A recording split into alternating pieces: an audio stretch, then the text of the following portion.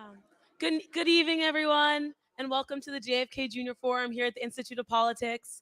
My name is Nia Warren. I'm a junior studying government and African American studies here at the college, and I'm also a member of the JFK Junior Forum Committee.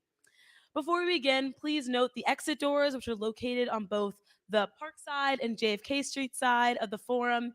In the event of an emergency, please walk to the exit closest to you and congregate in the JFK Park. Please also take a moment now to silence your phones. Great. And please take your seats now and join me in welcoming member of the Student Forum Committee, Aziz Richardson.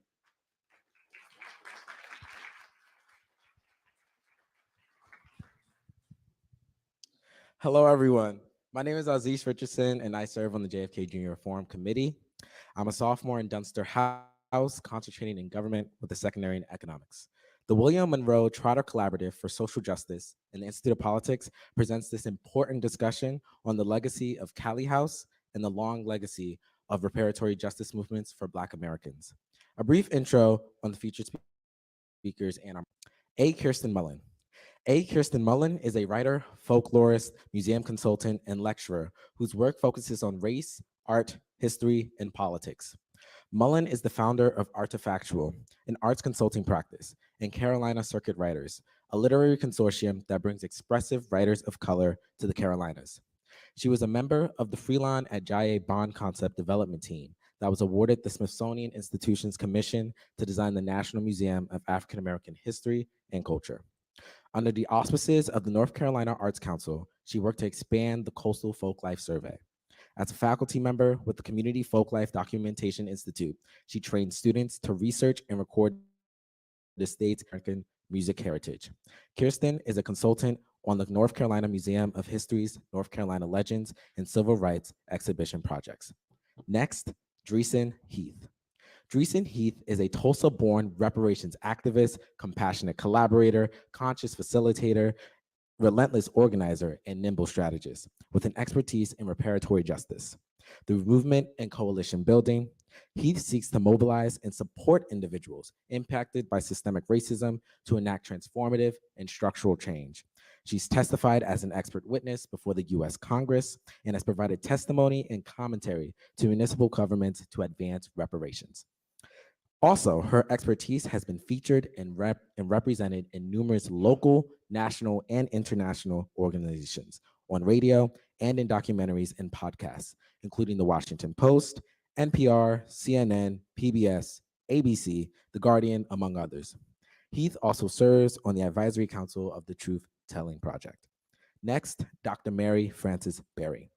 Dr. Mary Frances Berry is the Geraldine R. Siegel Professor of American Social Thought and Professor of History at the University of Pennsylvania. She is the author of 12 books, including My Face is Black is True, Cali House, and the Struggle for Ex-Slave Reparations. Professor Berry has also had a distinguished career in public service. From 1980 to 2004, she has served as a member of the U.S. Commission on Civil Rights, and from 1993 to 2004 served as chair. Between 1977 and 1980, Dr. Berry served as the Assistant Secretary for Education in the U.S. Department of Health, Education, and Welfare. She has also served as Provost of the University of Maryland and Chancellor of the University of Colorado at Boulder. Last but not least is our moderator, Cornell Brooks. Professor Brooks is the Hauser Professor of the Practice of Nonprofit Organizations and Professor of the Practice of Public Leadership and Social Justice at the Harvard Kennedy School. He is also director of the William Monroe Trotter Collaborative for Social Justice at the school's Center for Public Leadership and visiting professor of the practice of prophetic religion and public Harvard Divinity School. Brooks served as the former president and CEO of the NAACP, was a civil rights attorney, and even an ordained minister. Ladies and gentlemen, here are our featured speakers.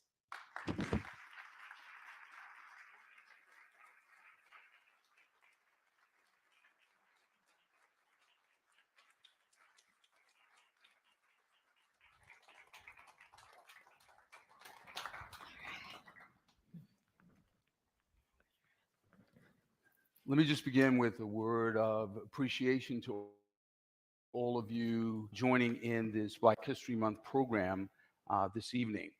I also want to express appreciation for the JFK Forum, the IOP staff, and certainly all the students, faculty, and administrators in the room.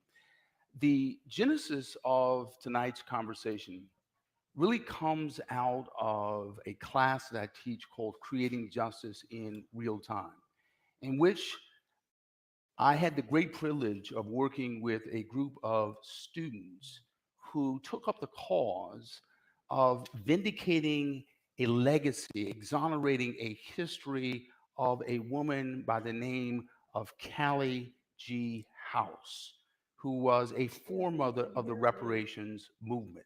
And so, in this moment, as we contemplate this, tonight's conversation, reparations, story, history, and democracy, I am delighted to be in the presence of three distinguished thinkers and doers who are working and writing on this issue of reparations. And so I express my appreciation to my students, to my panelists, certainly to all of you who are taking up this conversation in a moment in which our country is really wrestling with the past as we try to come to grips with the present and face the future. So, with that said, I want to just begin with a question to, I assume Dr. Berry is on screen. I'm on now if you can hear me. We can hear you. Okay. I'm seeing someone else's name other than yours. So I had a moment of some apprehension. First person, does that look like me? I mean, do you folks think it looks like me? Can you see me? So, so Dr. Berry, I really wanted just to start with you and the story of Callie House. You wrote a book, My Face is Black is True, which struck a deep chord within me.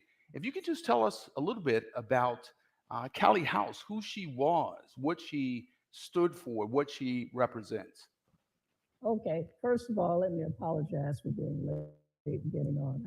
I bought a new computer and I sat down at the last minute to set it up and I couldn't figure out how to do it. Nobody else was here and the cat didn't know how to do it. But anyway, I feel you. I'm glad I got on in time. I'm on, I think.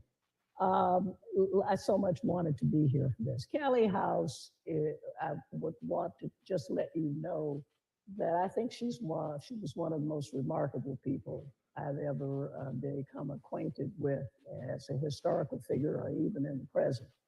I mean, I can't imagine how a woman who had been a slave, who only had like a first or second or third grade education, and in fact can raise children, have a husband die, and she's there being a washerwoman like a mother.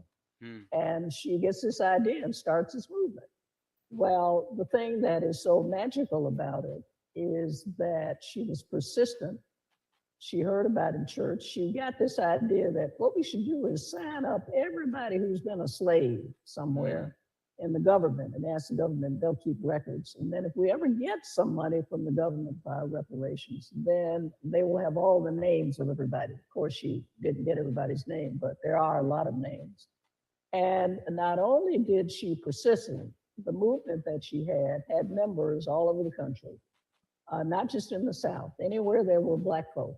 When we looked in the Marvin Garvey's papers, which I was on the board of editors of, there were people who lived in New York City who were part of the ex-slave pension movement.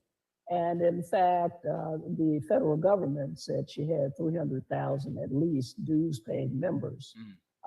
She didn't say that. You know, we make up a lot of things about how big our organizations are. But the government said that they had counted and she had at least that many. Maybe they made it up. In any case, she persisted. She didn't know what I know from reading the records at the National Archives. She couldn't figure out why the government was hunting her down and tried to stop the movement. They stopped it because white people complained that she was riling up the Negroes. And they stopped it because if the Negroes didn't get, as they called us Negroes then, if Negroes didn't get any kind of money or pension, as she called it, from the government, they might go wild. So therefore, they had to stop her, and they ended up accusing her of fraud. And the fraud was that she was trying to get the government to do something for Black people, for Negroes, and she should have known the government was not about to do anything for those Negroes, and she was misleading them into organizing and trying to get the government to do something, which we know, and you folks at Harvard know, that's what lobbyists do all the time, try to get the government to do something that the government doesn't want to do, and they get paid for it. Anyway, she kept writing them and saying, "What are you trying to do to me? I learned about the First Amendment in school. They told us about it. We have a right to petition our government," she said. "I don't know what you're doing." Anyway, they accused her of fraud, had her convicted by an all-white jury down in Nashville federal court, and imprisoned her in the Jefferson City prison. The important thing to remember about that, three things to remember about Callie House. One is, as I said, her persistence. The other is that the movement continued even after she was put in prison. It continued after she passed away, when she got out of prison, because I found records of people who still had chapters of the ex-slave pension movement, and I had received information and materials from people whose relatives were in the ex-slave pension movement. It was a rational program, and if we ever get reparations from the federal government, I think that those people who signed, their descendants ought to get something, whatever we do about reparations to the federal government for programs and for the wealth gap, which I support. But I think that the people who are descendants of Callie House's members who put their bodies on the line and were courageous enough to do this ought to get something. And I think she ought to be honored for the courage she showed and the sacrifices that she made, and how she was willing, she said, to put her body and soul in this movement, and she would die for it. Now, does that tell you about Callie House? Listen, you set my heart to beating yet again. I would encourage, I know at Harvard we don't hawk books, right? But I would encourage all of you to purchase a copy of this book. It is incredibly, incredibly powerful. And for the students in the room, let me note that our students read Dr. Berry's book, and we put together with Professor Ron Sullivan a posthumous presidential pardon petition, which is before the White House and the Department of Justice as we speak. So scholarship, important scholarship, is consequential. But Callie House is not the only foremother. So if we move forward a few decades from the early 1900s to later in this century, and think about the story of someone else who you should think about, which is Queen Mother Audley Moore. And I'd like to ask Dr. Mullen just to lift up a biographical sketch. You know, why is this woman, why is this leader so important? I'm happy to do so. I'm an independent scholar, but I'm not a PhD. Um, Neither am I. I'm just a lawyer. all right.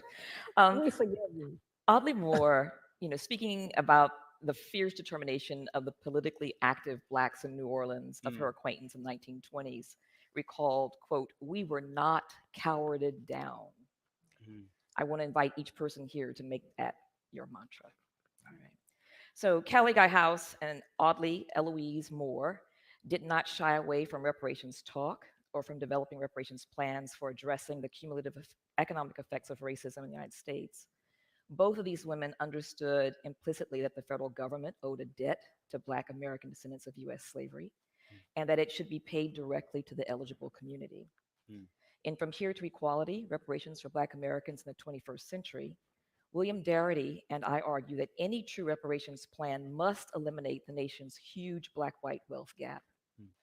Black Americans, descendants of US slavery, represent about 12% of the nation's population, but possess less than 2% of the nation's wealth.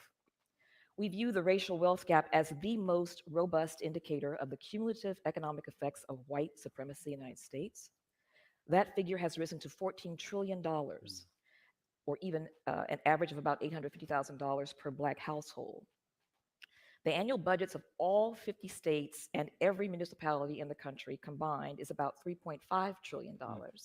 So only the federal government has the capacity to pay this bill. So how did the racial wealth gap come into being? Federal policies produce and keep the racial wealth gap in place, starting with the legalization of slavery itself, basically a de facto affirmative action program for white Americans with a massive potential for profit making, and continuing with the Homestead Act of 1862, which enabled 1.5 million white households to build wealth through the acquisition of 160-acre land grants in the Western Territories. This was land that had been occupied by indigenous people, completing the nation's colonial settler project. Those 1.5 million white households that were able to exploit this federal policy translate to 45 million living white Americans who are reaping the benefits of this free equity initiative today.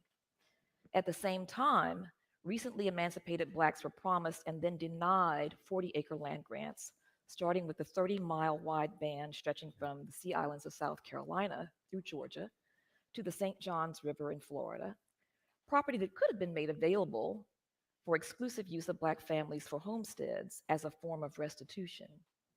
Instead, the land was returned to the Confederates who had owned it formerly. In the 20th century, the federal government advantaged whites with the GI Bill, subsidies for home mortgages and building enterprises, while actively disadvantaging Blacks. Political scientist Ira Katz Nelson observed, quote, of the 3,229 GI Bill guaranteed loans for homes, businesses, and farms made in 1947 Mississippi, for example, only 2 were offered to Black veterans. And in a partnership with municipalities and banking institutions, the federal government introduced redlining and restrictive covenants and authorized funds for interstate highways that decimated Black residential and business districts while connecting white suburbs to new parks and commercial centers. The federal government's capacity in the creation and maintenance of the racial wealth gap is also reflected in the 100-plus white massacres of Black people and the destruction of Black communities, especially business districts, between Reconstruction and the end of World War II. In many, many instances, the federal government stood by when armed white supremacists normalized the brutal killing and the torture of Blacks who were politically engaged or had attained some measure of financial prosperity. On June 1st, 2021, President Joe Biden took the unprecedented step of visiting Tulsa, Oklahoma, to commemorate the horrific 1921 massacre executed by white terrorists. That savage attack left at least 300 Black people dead, and the once prosperous Greenwood business district known as Black Wall Street in smoldering ruin. No previous American president ever had acknowledged the Tulsa massacre. Many Americans are under the mistaken impression that racial equity initiatives and reparations are equivalent, and maybe we have a chance to talk about that, toward the end. But I want to mention just something here about some of the reparations programs that are coming on, the reparations programs that are coming online. Some of you may be aware of Evanston, Illinois, which has brought to fore basically a housing voucher program. They've approved a total budget of $10 million to provide $25,000 grants to Black residents for home maintenance expenses or for the down payment on a house or a city. Or Asheville, North Carolina, which is a program aimed at increasing minority participation in the business of the city. Amherst, Massachusetts, closer to here, has agreed to set aside $2 million over the course of a decade for a, quote, reparations fund to acknowledge the disproportionate racial harms caused by drug enforcement. And Boston City Council recently created a study commission to look at the question of reparations. Perhaps that study commission will recommend that an update be made to the circa 2014 Color of Wealth in Boston study conducted by the Samuel Du Bois Cook Center on Social Equity at Duke University in collaboration with the Federal Reserve of Boston. The study found that, quote, while the median wealth for a white household in Boston is how much? What do you guess? How much? 125,000. Any other guesses? 435,000? It's $247,500 in 2014. All right. What was the median value for U.S.-born Black household in Boston in 2014? $8. What else? You had what were you thinking? 3,000? Yes? 8,000? It is actually eight. Eight. Eight, no zeros, $8. All right. So let's say Boston did set out to eliminate the racial wealth gap for its community of eligibility. What do the numbers look like? Boston's black population is 180,657 people currently. Let's say conservatively that 100,000 of those individuals are black American descendants of US slavery. Hmm. Multiply that number times 300,000, a low racial wealth gap estimate. The city would need $30 billion, that's 10 zeros, to eliminate the racial wealth gap for its eligible claimants. Boston's annual budget is only $4 billion. So if you were to declare the city's entire black population eligible, the bill would be considerably higher. These programs are misoperations, and they will not have much effect on the enormous racial wealth gap. But who was Audley Moore? All right.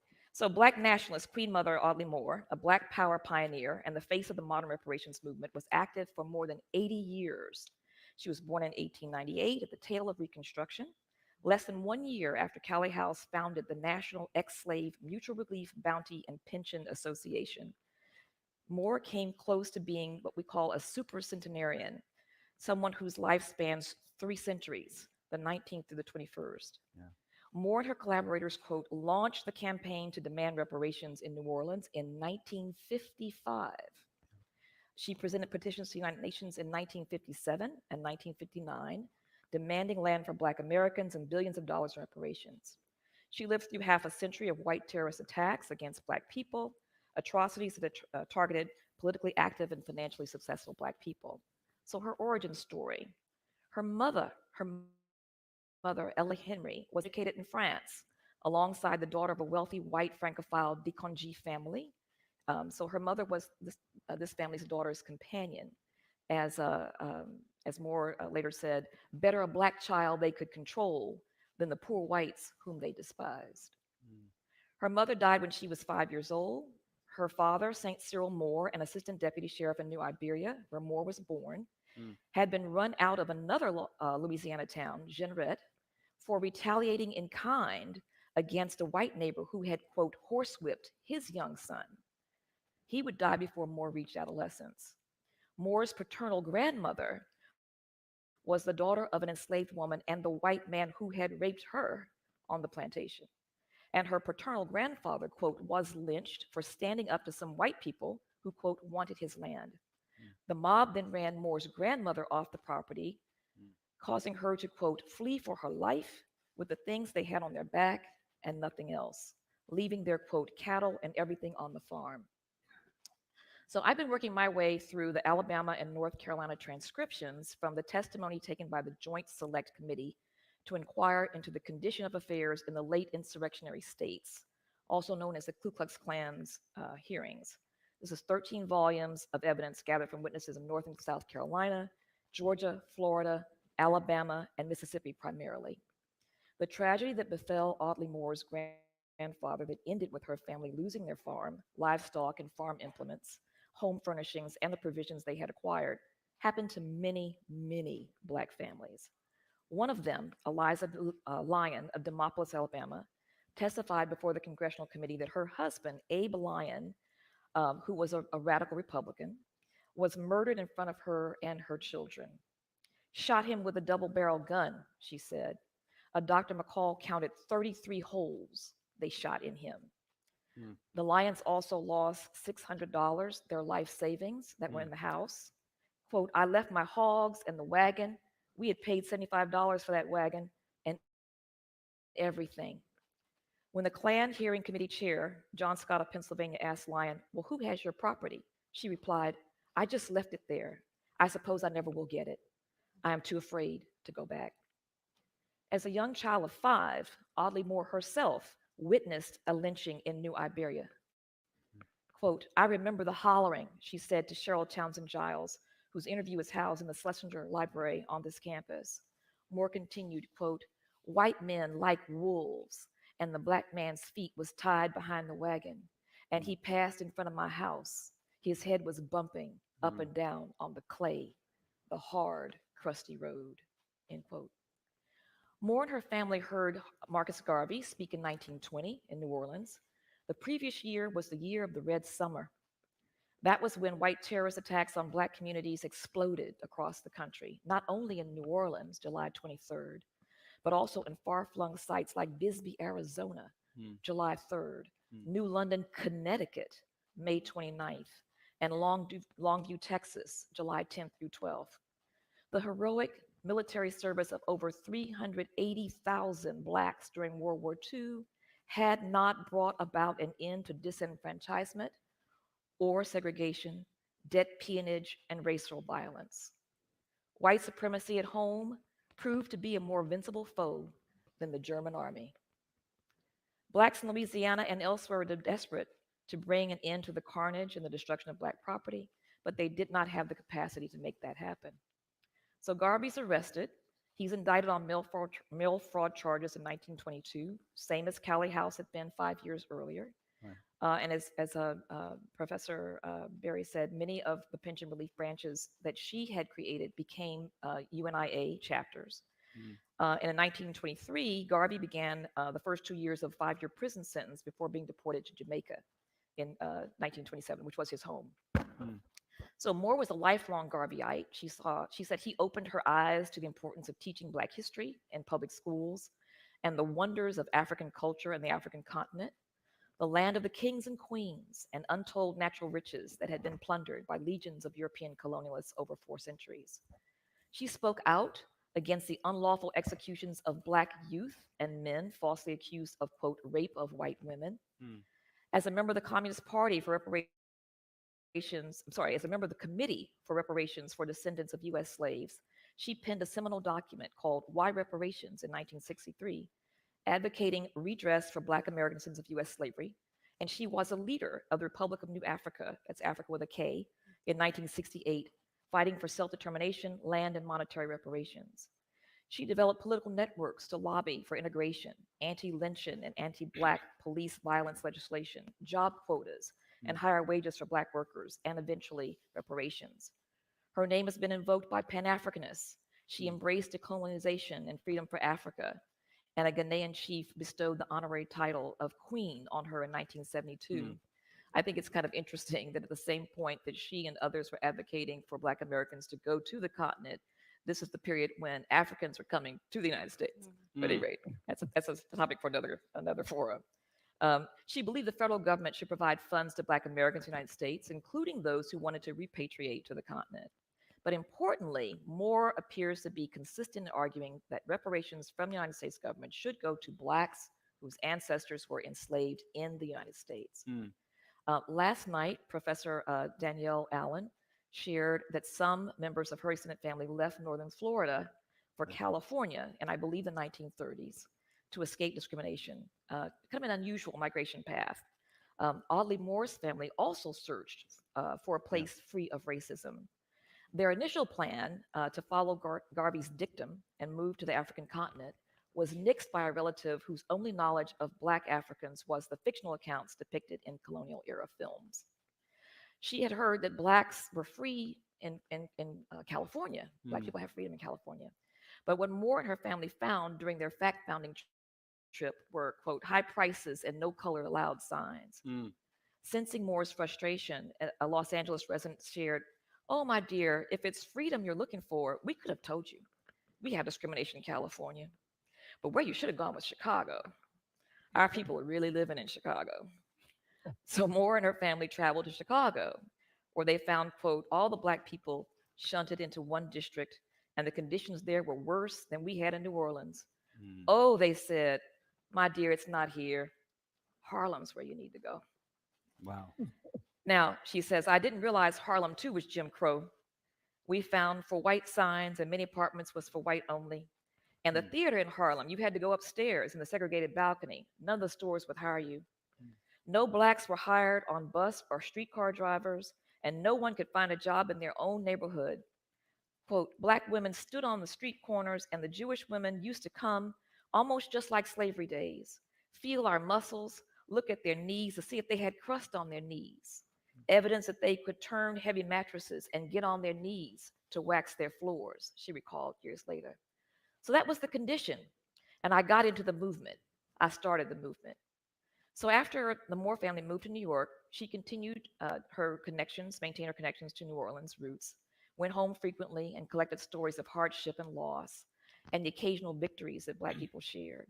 She began the work that would lead to what historian Ashley Farmer, who's writing a much anticipated book length biography of the fabled crusader, calls her, quote, pioneering role in forging the modern reparations movement. Mm. During the Depression, she and her fellow reformers were engaged in the Great Struggle, she called it. We put the furniture back in people's houses after landlords put them out. Sick people and everything. It was disgraceful. Mm.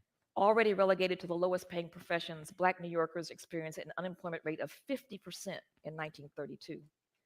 She organized some of the city's first tenant strikes. She joined the white-led International Labor Defense that had launched an unprecedented public campaign in 1931 to end Jim Crow and support and defend the Scottsboro Boys, 9 Black Alabama youth who had been falsely accused of raping 2 white women. Yeah. She signs up for the Communist Party. She served as their secretary of the Harlem section. She becomes the secretary of the New York State Party in 1942. She even managed a successful campaign of New York City's first avowed Black Communist City Council member, Benjamin Jefferson Davis, I love that name, Jr., in 1942. But the Communist Party fought to get Black nurses in the Harlem Hospital, she said, and Black doctors in Bellevue Hospital. They organized against high meat prices, and she credited the party with teaching her about, quote, the class character of the society. But there were problems. Apart from Harlem section's head, James W. Ford, whose grandfather had been lynched, burned alive when Ford was young, and who the party had run as its vice presidential candidate in 1932, 34, and 36, the New York chapter leadership was, quote, lily white. All whites in Harlem, she observed. The head of every important department was white. Other national commissions were given the authority to meet separately. Italians, Jews, Romanians, Estonians, Finns, but the Negro Commission had white members. There had to be whites in all of our meetings. She would resign in 1950. Racist by the score. Racist, full of racism, she recalled. Mary McLeod Bethune recruited her to the National Council of Women, where she worked on job quotas for Blacks, integration and housing discrimination, and defeating poll tax legislation. She made 10 trips to Europe in 1946 and 47 as an Army Civilians Corps member and escorted 7,000 to 8,000 war brides and their infants who'd been left behind by American GIs to the United States. She told the Chicago Defender that she marveled at the women's lack of race prejudice. Some of these women shared their anti-sentiments and their acute understanding of what it meant to be married to a Black GI. One woman confided, she has married a Brooklyn GI, and already she knows that the Statue of Liberty means more to her than to me, a Negro, who brought her here. Moore viewed white supremacy, Jim Crow, segregation and terror, political persecution, the oppression of Black womanhood, colonialization, lynching, and Black poverty as forms of genocide. These practices, she believed, represented a violation of universal, inalienable human freedoms, such as the right to life, freedom of conscience, and the right of self-determination protected under the United Nations Human Rights Declarations. In 1963, in commemoration of the 100th anniversary of the Emancipation Proclamation, she launched and led the Committee for Reparations for Descendants of U.S. Slaves. The book published her 12-page treatise, Why Reparations? Reparations is the battle cry for the economic and social freedom of more than 25 million descendants of American slaves, they declared. And this is very similar in tone to the Civil Rights Commission's 1951 petition. She was lionized by Black nationalists, especially Black Panthers in California, and a host of African prime ministers and presidents. So there's still some work to be done. You know, many of the atrocities that Moore documented and worked to address have not been eradicated. She would have been surprised to learn that she would not have been surprised to learn that Black Americans have suffered greatly since the onset of the COVID-19 pandemic. Nationwide, 146,108 Blacks have died from COVID-19, a mortality rate 1.7 times that of whites and twice the rate of Asians, who have the lowest coronavirus fatalities, 205 per 100,000, according to the Center for Disease Control. The Black mortality rate is 457 per 100,000. In November 2020, when the death rate peaked, Blacks and Hispanics and American Indian or Alaskan Natives were nearly 4 times as likely to die of COVID as whites. Finally, What if reparations had been paid in 2015 or 2010 before the onset of the pandemic? Mm. In an experiment designed to look at racial justice interventions, Lancet Commission scholars examined the social equity status of two disparate locations, Mm. South Korea and Louisiana, Audley Moore's home state, Mm. coincidentally. They found there would have been a reduction in the ability of the disease to spread of 31 to 68%. That positive health effect would have been realized not only by Blacks and distributed across all racial groups, benefiting the population as at large. Reparations for Black American descendants of U.S. slavery is long overdue, 157 years to be exact. The fight for reparations is not performative. It was not performative for more. In her 96th year in 1994, during her last public appearance, still fighting, the legend urged, reparations, reparations, keep on, we've got to win. The Mm. fight is for the creation of a democracy that will deliver what William Monroe Trotter affiliated student Jeremy Ornstein calls abundance, Mm. abundance and restitution. Oh, thank you.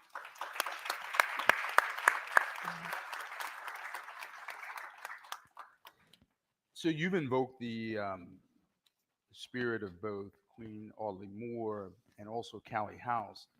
And Dreesen Heath, I don't think it would be an immodest statement of your work leading a coalition of some 700 groups and individuals who are working on reparations now in this moment.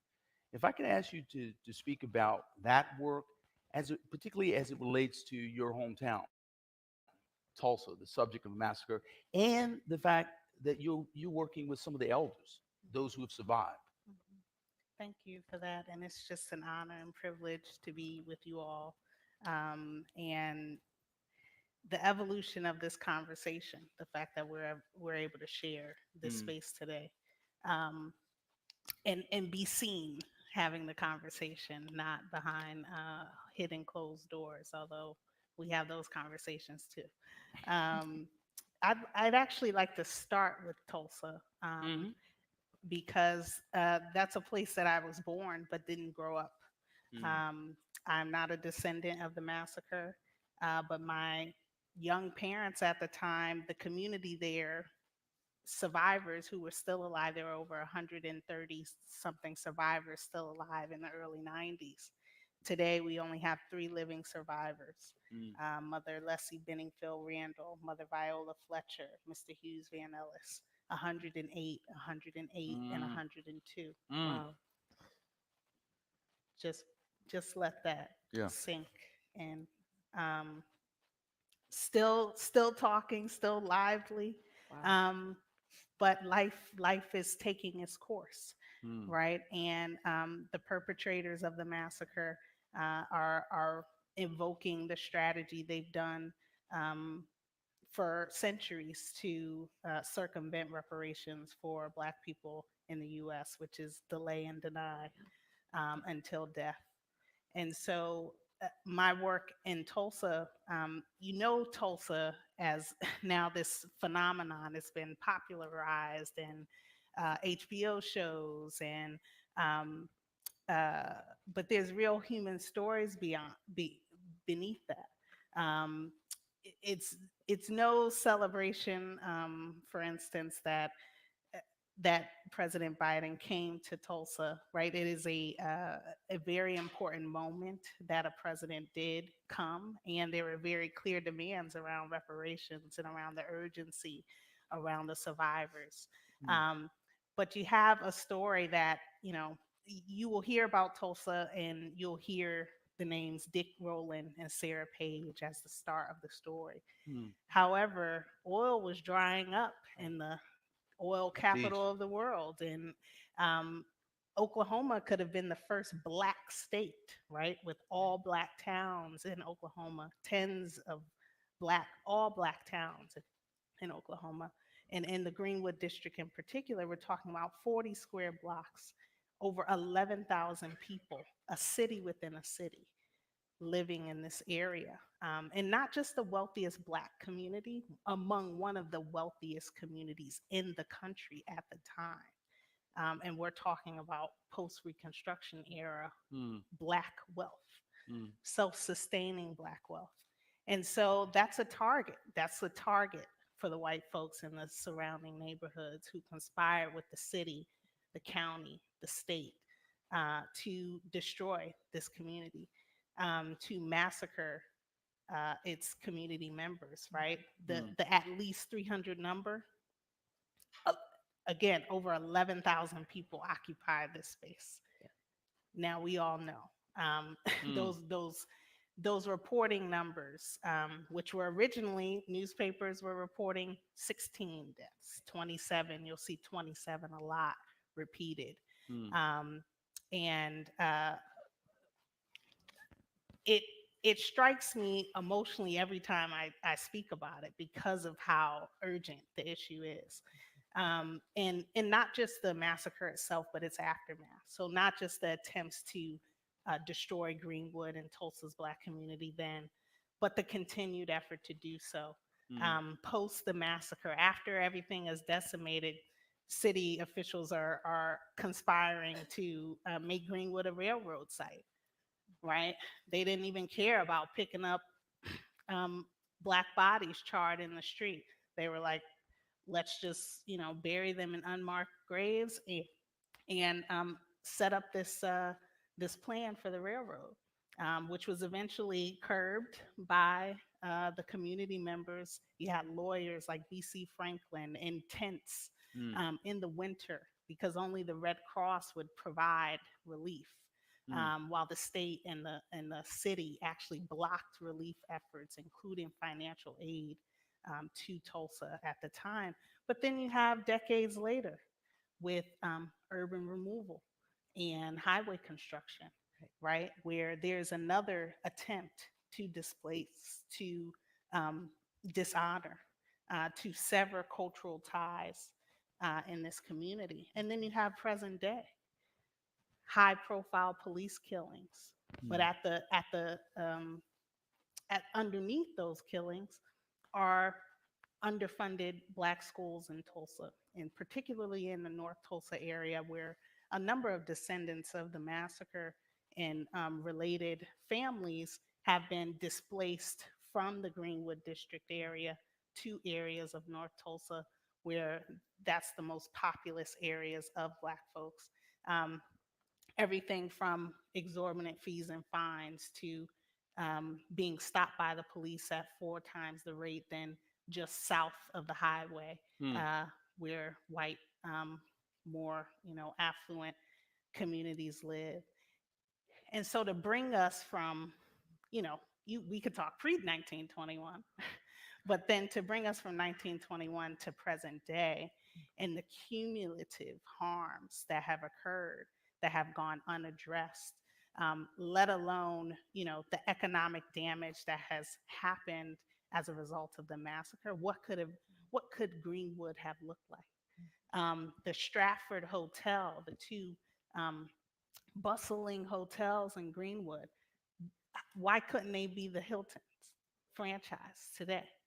They had the opportunity Mm. to, but seeing that was enough um, to be decimated. And so here we are supporting that case, which is there's been pending litigation in the early 2000s. You bring the likes of Johnny Cochran, the Professor Charles Ogletree, Mhm. um, putting together these claims, right? The only claims ever fulfilled in the case of the massacre were two claims for white victims who Right. stole ammunition, guns and ammunition from the gun owner store. So the claim was actually fulfilled for the owners of the gun shops. Mm. And these were the very people deputized by government officials to carry out and coordinate the massacre. Mm. Um, Currently, there is pending litigation to connect the fact that the massacre has happened and there has been a continuing harm that has created, public health crisis in Mhm. um, Tulsa, where you still don't have a hospital in Right. North Tulsa area. And these are, the descendants of the Tulsa Race Massacre, especially. I mean, I've had a privilege to work with the survivors and work on bringing them to Congress and have their story heard a couple years ago ahead of the centennial. But the descendants are also engaged at the federal reparations level because they understand that this is a specific case here, Mhm. but we have to be fighting and connecting with communities more broadly. So bringing together a coalition of organizations and individuals who have historically worked on reparations, who may not agree on the avenues or um, the mechanisms, but believe that there's an endpoint that we all need to get to. There is a repair process that needs to happen, and are committed to not just organizing at the federal level, but looking at their own specific harms that have happened in their community. We have descendants who are of lynching victims Mm. in counties in Louisiana. Yeah. We have folks who are descendants of North Carolina eugenics survivors who are part of this coalition. We have Japanese Americans who have received reparations, their families who have received reparations, who are, fiercely advocating for repair mechanisms at different levels. And so, my approach to this work, and I've studied and researched a lot in the international human rights law space, which, really the repair mechanisms have been dictated specifically by the community for which it's been for which have been impacted. And I think that often the human part of this story often gets lost sometimes in even my analysis and calculations of the harms, right? Because you have not just economic harms, but psychological harms and mental harms and political harms that have continued the disenfranchisement of Black people in this country today. And so when we talk about even questions about democracy, right? Democracy, the unfinished project of democracy, what does that look like when a full reparations program, including the financial component, needs to be administered in order for there to be any actualization of a reckoning of democracy, of racial justice? Mm. One of the things that I think strikes all of us is that there's this ongoing call for a conversation about race without a reckoning with race, Right. tangibly speaking. And as I'm listening to all of you, I'm hearing a refutation of two concerns about reparations. The first of which is that the harm occurred too long ago, right? And implicit in that criticism, as if the harm occurred so long ago that there's nothing we can do about it, is that there was no one asserting claims to reparations. So, you know, Dr. Berry, I'd like for you, if you could, just very briefly, so we allow some time for questions, uh, speak to the litigation that Callie House supported, right? So when we think about someone who was a widow, not a graduate of the Harvard Law School, but who has a very interesting theory with respect to litigation for reparations and the cotton tax. If you could speak to that quickly, and then I'm going to turn to our two guests very quickly, and then to the audience for a few questions. I'm going to do that, and it won't take me long to do it because I'll do it quickly because I wanted to make two other points because of something they both said. So I'm going to try to do that while I have the microphone because I didn't talk as long as they did. Any case, I enjoyed it, but I didn't. Let me just say that what Callie House did is after they had been put under surveillance by undercover government agents and they hadn't found anything, nobody was doing anything except signing petitions or getting other people to sign them. They couldn't write. And arguing about it, and she was sitting and listening. They couldn't find any criminal activity. So they thought that, as I said, that she was going to run the Negroes wild. So they they issued an order that they couldn't send any flyers or any other information in the mails, which meant that she had to travel more. She had to send things by railway express. It was expensive. People couldn't keep in touch. And she was afraid that morale was going to diminish in intensity. So she said, what else could we do? You know, you can ask the government, but you can also sue the government. So what I'm going to do is get a lawyer to sue the federal government. And it was the first federal lawsuit on reparations in 1915. And she got Cornelius Jones, who was one of two Black lawyers who had argued cases before the Supreme Court by that time. And he was well known in the Black bourgeoisie circles and so on. Not like Callie House, who was the poor washerwoman, barely educated, that they disdained and wouldn't write about in the papers. The white press wrote about it, but not so much the Black press. So when Cornelius Jones agreed to take this case, it got all over the press. The Black press had him on the front page that he was going to take this case. They didn't even mention Callie House as if she was nobody and had nothing to do with it. Anyway, he told her, you may not win because there's a theory that the federal government can't be sued unless it permits itself to be sued. It's had a big name, sovereign immunity. But he said, we have a shot at getting a lower court decision, which will be historic and which will boost morale. And we even have a shot on appeal. We might get something, but don't expect it. But let's hope we can win the lower court. And so they did. He brought the case charging that cotton that she had read about in the newspapers. It was all over the Black newspapers. That Confederate cotton had been taken by the federal government, and the Treasury had it. And they were thinking about giving it back to the Confederates after the war, or they didn't know what to do with it. And it said how much money was involved, thousands of dollars. She said, well, Black folks, Negroes picked that cotton as slaves, and we picked it, and that money ought to go to try to pay some kind of reparations for us. So ask them for that specific money, a specific fund, and he did that. And in the lower court, he won the case. The judge didn't argue with him about the justice of the cause or whether it made any sense, and he decided that he'd won the case. Then, of course, it was appealed. And on appeal, they lost because the federal court decided that you cannot sue the government. It didn't say anything about whether the cause was just.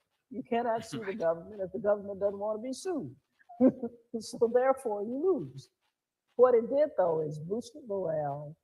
It made Cornelius Jones a pariah with the federal government. They got after him, tried to find something that he wasn't doing to try to harass him. And he had to suffer that. But I think it showed that the cause itself had some validity. It was just that there was no procedural way. And the later lawyers who brought these reparations cases took this into account. But the points I wanted to make are these. The first is, while I agree with the wealth gap analysis that my good friends Darity and Mullen have done, for the national government, I believe we have to ask for reparations for descendants of slaves here in the United States. Because the federal government, if it ever gives us reparations, which I doubt that'll happen in my lifetime, that in fact they're not going to give it to people who are from some other country or were slaves someplace else. Those people should get reparations, but not from our federal government. As for local causes, whether it's in Tulsa, whether it's in California or wherever it is, I encourage local people to try to do whatever they can in the meanwhile without detracting from the national struggle, which is ongoing, and the wealth gap argument and all the rest, to do whatever they can do so that incrementally they might be able to do something where they are. And the last point I'll make is on Tulsa and on Oklahoma. I spent years when I ran education in the federal government stopping the state of Oklahoma from closing down Lincoln University, the Black university in Oklahoma. They were going to close it down and turn it into a prison. They said, we need a state prison. Let's close it down. That makes a nice facility for a prison. And I beat them to death with my rhetoric. And finally, in the publicity, and finally, they decided that they would keep their place and that they would even start a branch in Oklahoma City. So those are the points I wanted to make. Wow. Thank you. And that is such a powerful through line from Callie House to the present efforts to seek reparations. I, I hear a certain tension in that, Ms. Mullen, you lifted up the fact that with respect to reparations, if we respond to the racial wealth gap, there are insufficient resources at the municipal and state level. But I also hear Ms. Heath speak about these local efforts around the country that may well be driven by the desperation of people to respond to the reparatory need. How do you square those two? You want to start? Sure. I mean, I think harm. There's a clear harms that have been perpetuated by the federal government, and there are clear, also localized harms perpetuated by local governments.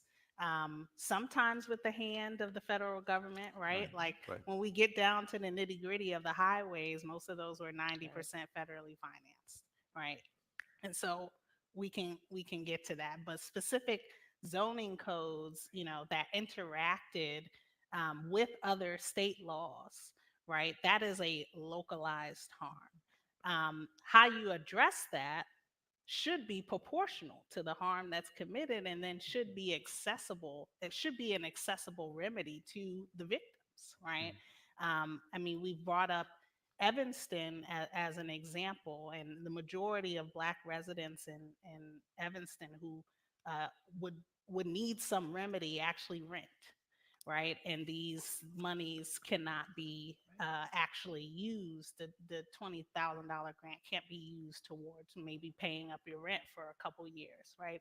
And so, And these are Black homeowners who've experienced legacy discrimination, which depreciated their home values, decapitalized their neighborhoods, and so much so that we have more renters, right, right, than owners. than So, in owners. terms of this local reparatory effort, Right. we have a paucity of victims who can reap the benefit. Correct. Ultimately, how I see it, and how I've spent time in so many of these communities Hmm. listening to people who have been harmed and what they want, right? And they want a federal reparations program, and they also want, you know, they have specified specific harms within their community perpetuated by, local leaders, in conjunction maybe with private companies. Okay. Um, and they've identified that as a separate harm that they feel needs to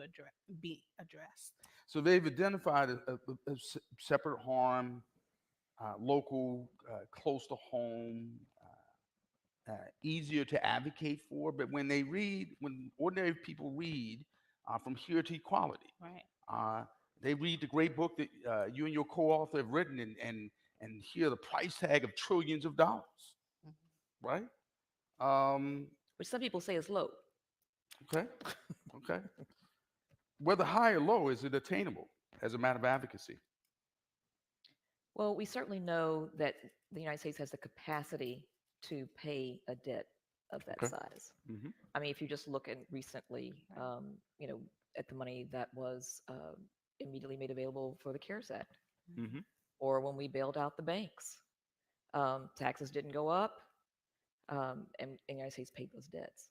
And we certainly have examples where the United States has paid reparations. Ms. Heath mentioned Japanese Americans who received uniform payments of $20,000 each for the victims who were unlawfully incarcerated during World War II. And people say, oh, well, $20,000, that doesn't sound like much. But, these are, in many cases, families that were, 4 to 6 individuals. And, um, if you look at what that money would have been, worth today, you're talking about $40,000 or $50,000 per individual. And so now you're talking about several $100,000 for a family. And more recently, I think many people are not even aware that the United States paid reparations to the American hostages in Iran. These are the folks who were held hostage in 1979 and 80, and they received. And the United States was not even the perpetrator. This was not. This is not a case where the United States was at fault, technically. But those individuals received $10,000 per day of captivity from the U.S. government, Yeah. an average of $4.4 million each. So we have the capacity. The question is, do we have the will to do it? Yeah. And I think, I am really encouraged by conversations like this. Um, this conversation's been sustained for quite a while. I mean, we have Right. short attention spans in this country, and yet we have been talking about reparations for, year over year over year. I think it's interesting to note that in 2000, um, only 4% of white Americans thought that reparations, cash payments for Black Americans, was a good idea. 4%. Mhm. 16 years later, that number had jumped up to about 16%. 2 years ago, it was 30%. And at that point, almost a majority of millennials Right. thought that reparations should happen. And so now we're looking at a number that is slightly over 30%. Right. Now, this is not a majority, um, but the trend is moving in the right direction. Hmm. And I don't have a crystal ball, so I don't know if it will continue to move in the right direction. But I'm very encouraged by those statistics. I think it's also interesting to note that at the point that Germany made the decision to pay reparations to the victims of the Holocaust, only 21% of Germans thought that that was a good idea. Yeah. And Germany is still paying reparations to those victims to this day, as is the United States. And as I recall, with respect to Japanese Americans, the letters coming into Congress were overwhelmingly against. That's right. Even on the second effort with respect to according Japanese Americans reparations, because there were two efforts. I want to open it up for questions, and we have two mics.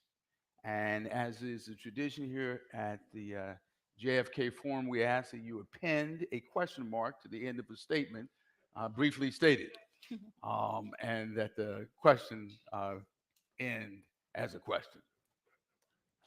Lash, please.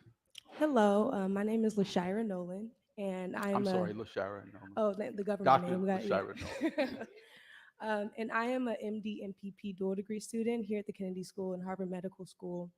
And I'm very interested in the idea of medical reparations. And the reason why I'm curious about it is because even after we get the funds from reparations from the federal government, my fear is that so many of us will be stuck paying off bills, for example, medical bills, Mm. from the effects of systemic racism, and how that will then be funneled into a system that, of course, is rooted in white supremacy.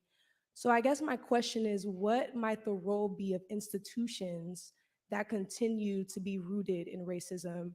What might their roles be in reparations? And if we can expand the idea of reparations to include those institutions as well, instead of just payments. Mm. If I could turn to Dr. Berry first, since you're on screen, if you're still on screen. Yes. The answer to that question, I think, is a lot of institutions are already, universities, for example, trying to figure out, I guess Harvard has a committee too, trying to figure out what reparations they owe. I know at Penn we have a committee, and Brown, I guess, was the first one of the Ivies that did it, trying to figure out what is it we owe and what evils did we in particular perpetrate. And they were evils. And so I think that that process should go on. I think that the medical thing, we just had at Penn the whole thing about the remains of the move victims in Philadelphia that had been taken over to one of our labs in anthropology, and it's still over there with people playing around, analyzing them, and doing whatever they feel like without the consent of the people who are the descendants. There are lots of things like that that institutions should have to respond to. We all know the story about the woman in Johns Hopkins. It's been a movie and everything else, and what happened to that family. But I think that, yes, we should continue. I guess my answer to it, yes, medical institutions should be called to a task. But I also think that if we must do that at the same time that we still push for the national reparations program. That's it. You got to do both of them, and you got to attend to what you can do locally and what you can do institutionally, and get institutions to do. And it's going to require protests. And then it all started because the students were the ones who pushed making the university do something. And there are other places where this has happened too. So it can happen at Harvard, it can happen there. They can come after Penn instead of coming before. And I'm all for that. The other thing is that I said earlier, I was talking about Oklahoma, and I said Lincoln. I meant Langston University, obviously. I didn't mean Lincoln. Abraham Lincoln must have been on my mind.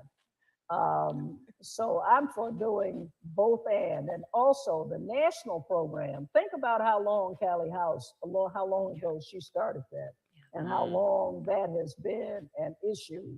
It's going to take time, especially when we have a lot of Black people are against reparations of any kind. I go to forums where I get up to talk, and people get up in the audience and say, well, I'm doing all right. I don't see why we need reparations. Or you have a TV show and you're on it, and they bring some guy on who talks about how life doesn't need that and how we won't be motivated if we get reparations. So we still got a lot of people to convince, but we don't have to, as Ms. Mullen pointed out, we don't have to persuade everybody, but we have to keep pushing. Thank you. Please.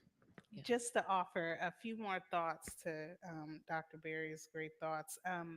We invoked the Germany's Holocaust reparations program, which includes end of life care for a number of victims and their descendants. And in the United States, under Medicare, Black families pay at least $7,000 more for end of life care, right? That, to me, that should be free, right? I'm for ordering everything on the menu. I don't think that we have to choose, but it has to be adequate, right? And so when I think about also the Chicago police torture survivors, in their case, where a trauma-informed care center, medical center was set up to address both trauma impacts of the individuals who were tortured, but also their families, extending that care, knowing that trauma is intergenerational and is communal, is experienced communal.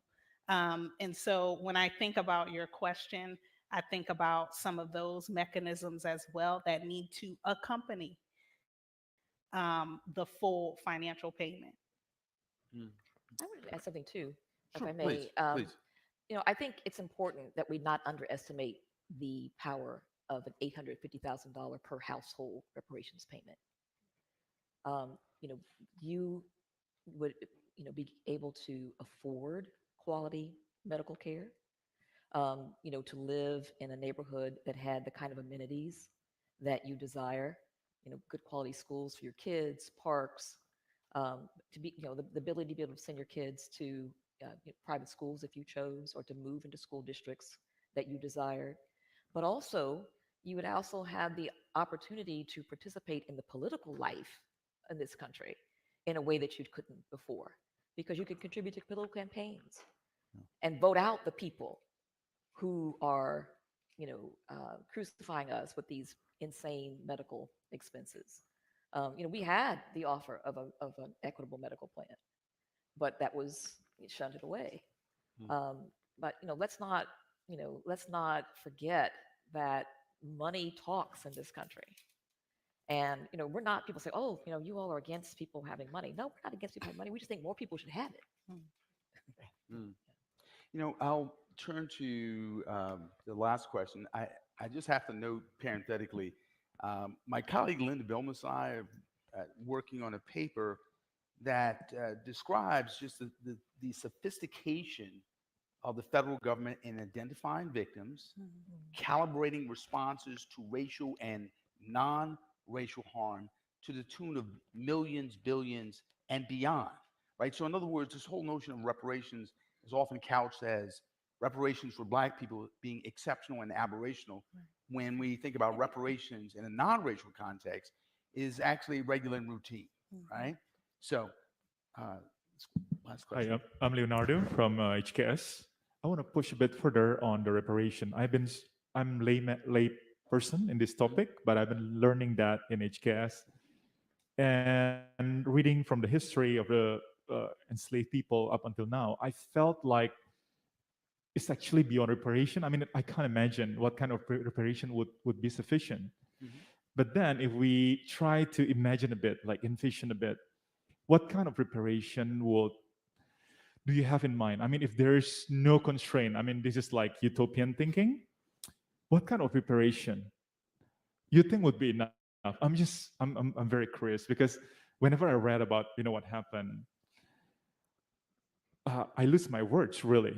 What could possibly repair? But if we were I mean, if you are in this field, you envision what would that be? Is it the $850,000 per family?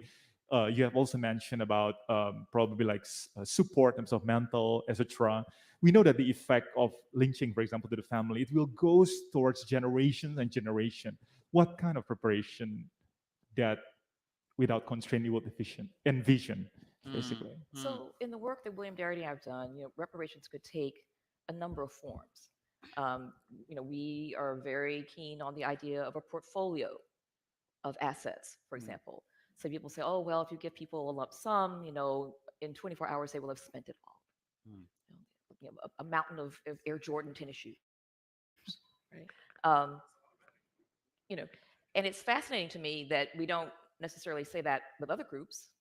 I don't, in all the research I've done looking at Japanese Americans who receive reparations, I've never seen anyone say if you give them $20,000, they'll go out and buy what? A field full of ginger. I don't know. I don't know what other kind of culturally offensive thing people would say. Mm. So why is it when the potential recipients of reparations are Black Americans of U.S. slavery? Why do we raise these questions? No one asks who the victims of the Holocaust. Yeah. No one asks them what will they do with the money. Now, that said, we don't have anything against reparations preparation, right?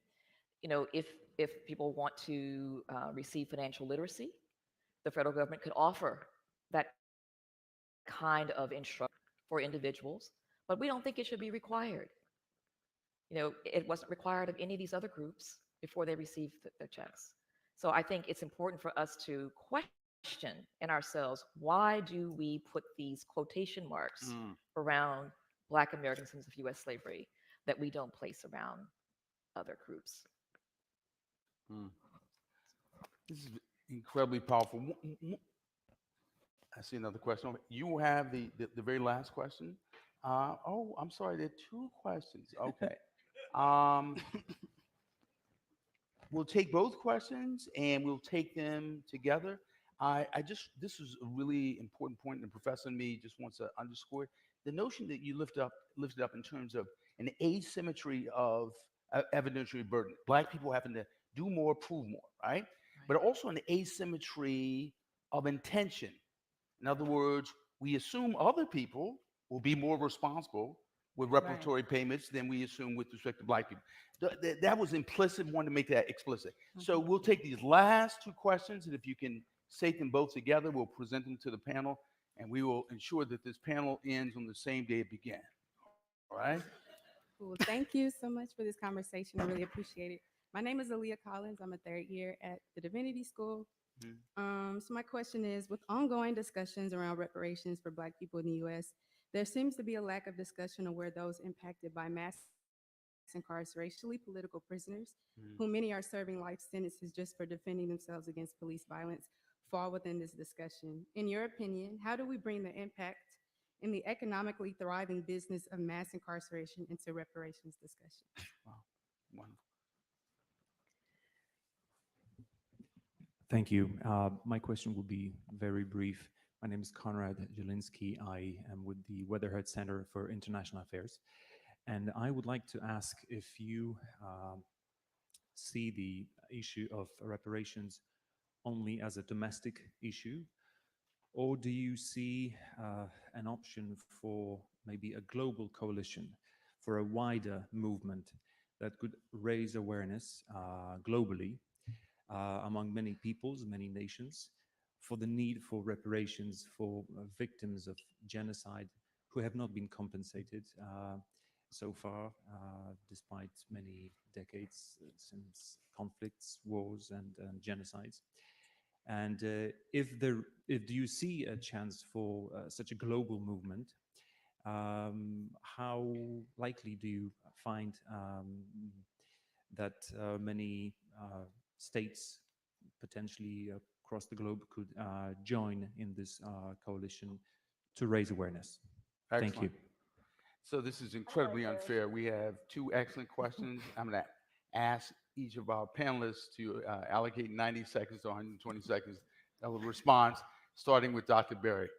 Okay, 90 seconds. First of all, there are already international coalitions. There's CARICOM, which is the Caribbean group, and there are groups in the OAS in Africa. There are people we already have, and most of them target their first ask for reconciliation and money to the colonial powers that exploited them. But there could be, and there is in the making, a global coalition. I forgot what the first question was.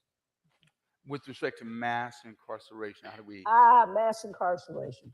The way you get mass incarceration into the discussion is if you want national reparations, and talking about the wealth gap and all that, if you ever think HR 40 is going to pass or something, you don't discuss mass incarceration, which is what the College Board did when they took it out of the high school curriculum, which they did, is in all the news today, after that governor down in Florida complained. They don't even discuss mass incarceration.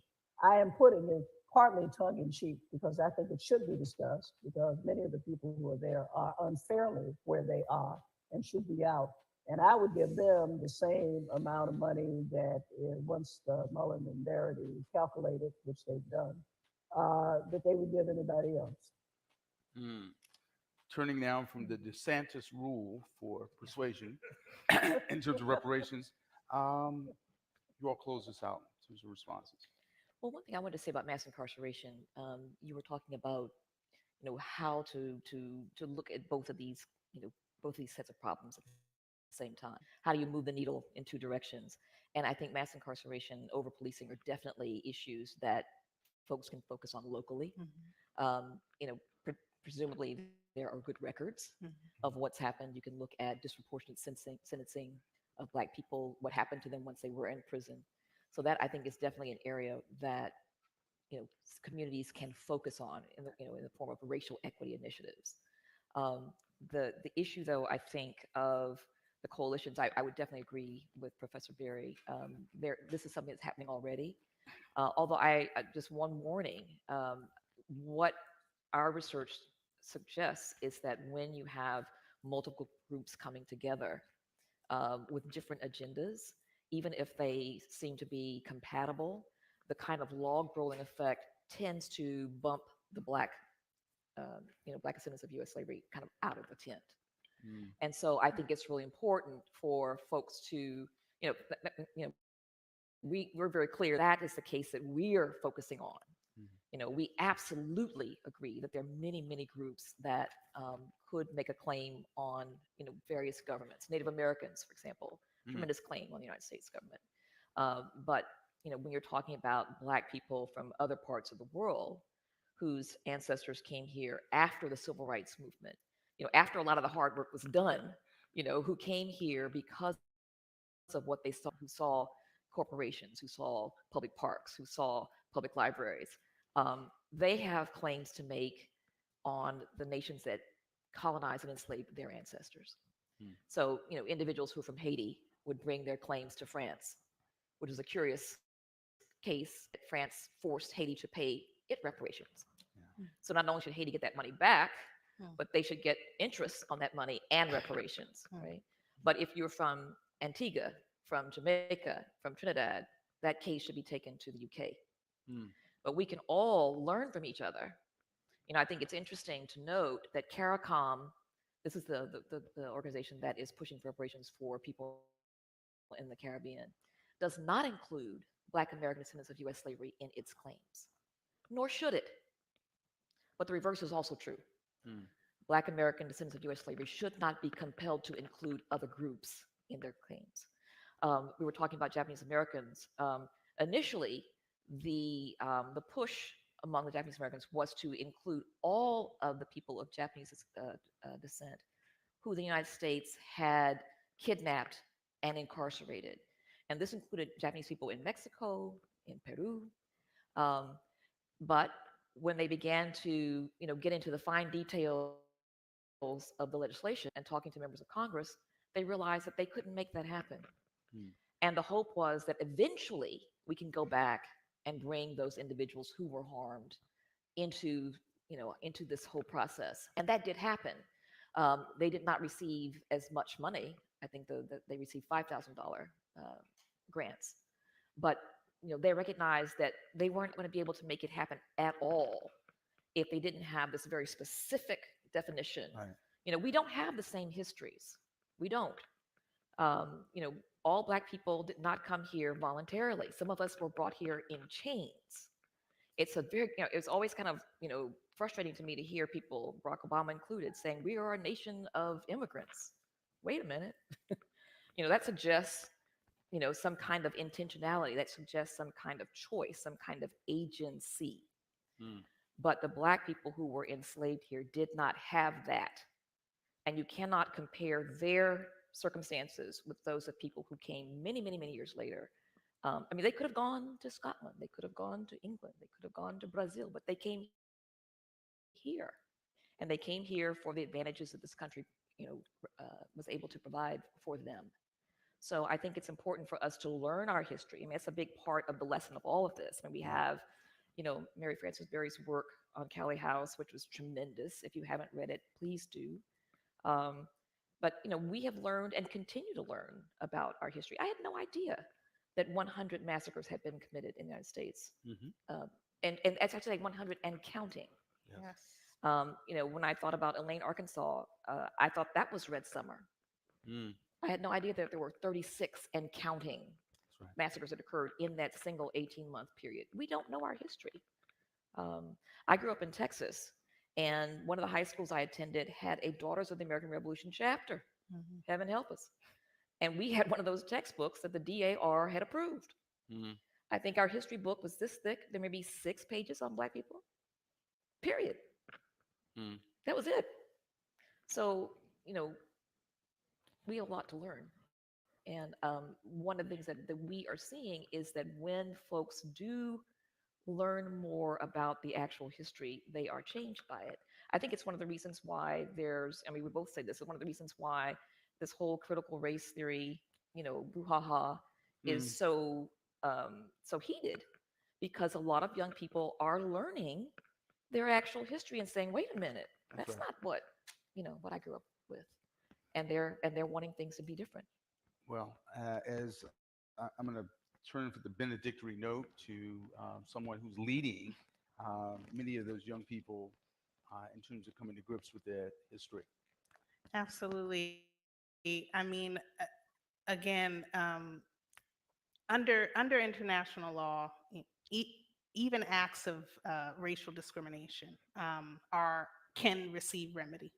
And so when we have this conversation around reparations, again, I'm into the business of ordering the whole menu, and recognizing distinct harms related to the institution of chattel slavery, and also recognizing the harms of racial discrimination, the war on drugs, Jim and Jane Crow laws, Black codes, banking discrimination, etc., which impact all Black people in the U.S. today.